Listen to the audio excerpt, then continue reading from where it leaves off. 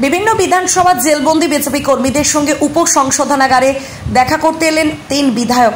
বিধায়করা খুব উগরে দিল উপসংশোধনাগারের সামনে থেকে। দেখাবো সেই তথ্য। বিজ্ঞাপন লাইভ এবং যে কোনো রকমের খবরাখবর জানাতে যোগাযোগ করুন নিউজ অগ্নি দপ্তরে 9903070007। ব্যুরো রিপোর্ট, নিউজ অগ্নি, নামে নয় কাজে সাংবাদিকতা।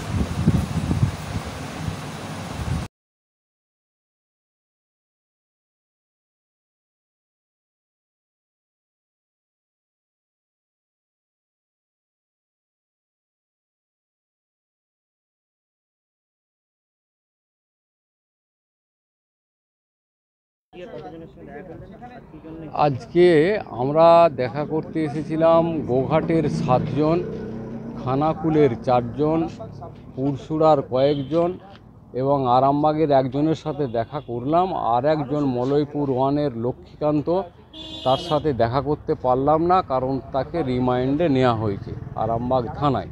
আজকে আরামবাগ থানায় সন্ধ্যাবেলা গিয়ে আমি লক্ষ্মীকান্তের সাথে দেখা করব।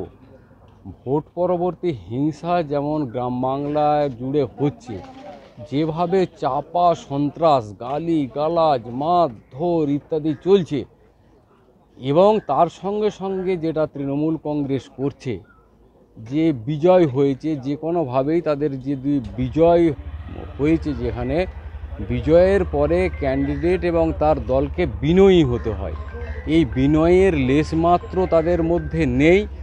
পরিবর্তে তারা যেটা করছে সম্পূর্ণরূপে হিংসার আশ্রয় নিচ্ছে। এবং ভারতীয় জনতা পার্টিকে যারা ভোট দিয়েছে শুধুমাত্র ভোট দেওয়ার অপরাধে, তাদের ব্যবসা বন্ধ, তাদের মাছের ব্যবসা বন্ধ, সবজির ব্যবসা বন্ধ, এবং তাদের কাছ থেকে তোলা নেওয়া হচ্ছে। রেশন বন্ধ যাদের করা হয়েছিল, আমার কাছে যা খবর ছিল সঙ্গে সঙ্গে আমি প্রশাসনকে জানিয়েছিলাম। ভোটের রেজাল্ট বেরোনোর পরের দিন যে প্রথম রেশনটা পেল, তাতে কয়েকজনের রেশন বন্ধ ছিল। আমি মাননীয় এসডিপিও এবং আইসি সাহেবের সাথে কথা বলি। প্রশাসনিক তরফ থেকে আশ্বাস দেওয়া হয় যে এদের সম্পূর্ণভাবে রেশন দেওয়া হবে। এবং গতকাল আমি পাড়ায় পাড়ায় গিয়ে দেখেছি, গৌরাটি 1 এবং মাধবপুর অঞ্চলে গিয়ে দেখেছি যে এখনও পর্যন্ত 2 জন তারা রেশন পাচ্ছেন না। তারা ভয়ে, তাদের প্রাণনাশের হুমকি দিয়েছে, রেশন আনতে গেলে মেরে দেবে, সেই ভয়ে তারা যাচ্ছেন না। তাদেরও যাতে রেশনের ব্যবস্থা হয় সেই ব্যবস্থা আমরা ইতিমধ্যেই করেছি, তারাও রেশন পাবেন। আরামবাগ বিধানসভায় কেউ রেশন পাবেন না, এই খবর আপনারা আগামী দিনে ছাপতে পারবেন না, কারো মুখ দিয়ে বলাতে পারবেন না। এটা আমরা দায়িত্ব নিয়ে বলতে পারি, প্রশাসনের উপর আস্থা রেখে আমরা এটুকু বলতে পারি যে আগামী দিনে সবাই রেশন পাবে, কেউ রেশন থেকে বঞ্চিত হবে না। আমরা আজকে এসেছি, আমি শুরু করে দিচ্ছি। আমরা আজকে এসেছি 3 জন বিধায়ক। আজকে বিভিন্ন রকম জায়গায় ভোটের পর যে সন্ত্রাস বিভিন্ন জায়গায় চলছে সেটা তো আপনারা জানেনই। তারপরে মিথ্যা কেস দেয়া হচ্ছে, সেই কেসের জন্যে আরামবাগের আমাদের গোঘাটে প্রায় সব মিলিয়ে প্রায় আপনারা 8 জন থেকে 9 জন এই জেলখানায় আছে। আমরা তার পরিবারের সঙ্গেও যোগাযোগ করছি বা করেছি, আবার যাব, এদের সঙ্গে দেখা করলাম। আমার সঙ্গে আছে খানাকুলের বিধায়ক সুশান্ত ঘোষ এবং আরামবাগের বিধায়ক মধুসূদন বাগ। আর একজন বিধায়ক, তার সঙ্গে আমরা যোগাযোগ করতে পারিনি, আমরা তার টেলিফোনে কথা বলছি। আমি 2বার টেলিফোন করার চেষ্টা করেছি। আমরা একসঙ্গেই আমরা এই সব জিনিসগুলো, সন্ত্রাস যে হচ্ছে বিভিন্ন জায়গায়, তারা মোকাবিলা করার জন্য রাস্তায় নেমেছি। তিনি জেলা সভাপতি আমাদের মাননীয় বিমান ঘোষ, তিনি ব্যস্ত আছেন, সেই জন্য আমরা আপাতত এখন আমরা 3 জনই আমরা যোগাযোগ করে যা যা পেয়েছি ডেকে নিয়ে আজকে এসে গেছি। তা আমাদের পক্ষ থেকে সুশান্ত ঘোষ এবং মধুসূদন যা বলার ওনারা বলবেন, আমি তো আছি, ওনারা বলবেন। সন্ত্রাস কবলিত এলাকা, কিন্তু এই নির্বাচনী সন্ত্রাস ব্যাপক আকার ধারণ করেছে। বিশেষ করে দেখা যাচ্ছে ফলস কেসে বিভিন্ন জনকে জেলে ঢোকানো হচ্ছে। তৃণমূল কংগ্রেস রাত্রিবেলা বোমাবাজি করছে সারা এলাকা জুড়ে, বিভিন্ন জায়গায় বাইক মিছিল করছে, সন্ত্রাস করছে।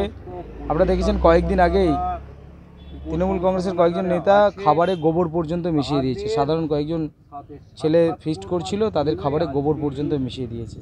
বিভিন্ন ধরনের হিংসা চলছে ওখানে। পুলিশকে বারবার জানানো হচ্ছে, পুলিশ যাচ্ছে, দেখছে, ঘুরে চলে আসছে, উল্টে বিজেপির নামেই ফলস কেস দেওয়া হচ্ছে। বিশেষ করে এসসি বেল্টের ওপরে একটা বড় ধরনের অত্যাচার চলছে, শিডিউল কাস্টের ওপরে অত্যাচার চলছে, এসটি সমাজের ওপরে অত্যাচার চলছে। আমরা কয়েকদিন আগেই খানাকুলে ঘেরাও অবস্থান, রাস্তা রোকো এরা করেছি। আমরা পুলিশকে বলেছি যে অবিলম্বে সঠিকভাবে ব্যবস্থা নিতে হবে, যেখানে বিশেষ করে খানাকুলের কিশোরপুর 1, কিশোরপুর 2, ঘোষপুর, ঠাকুরানীচকের কিছু অংশ, সাবলসিংহপুর, সেই সঙ্গে নতিবপুরের কিছু অংশ তৃণমূল কংগ্রেস ব্যাপক সন্ত্রাস করছে, মারোখানার কিছু অংশ।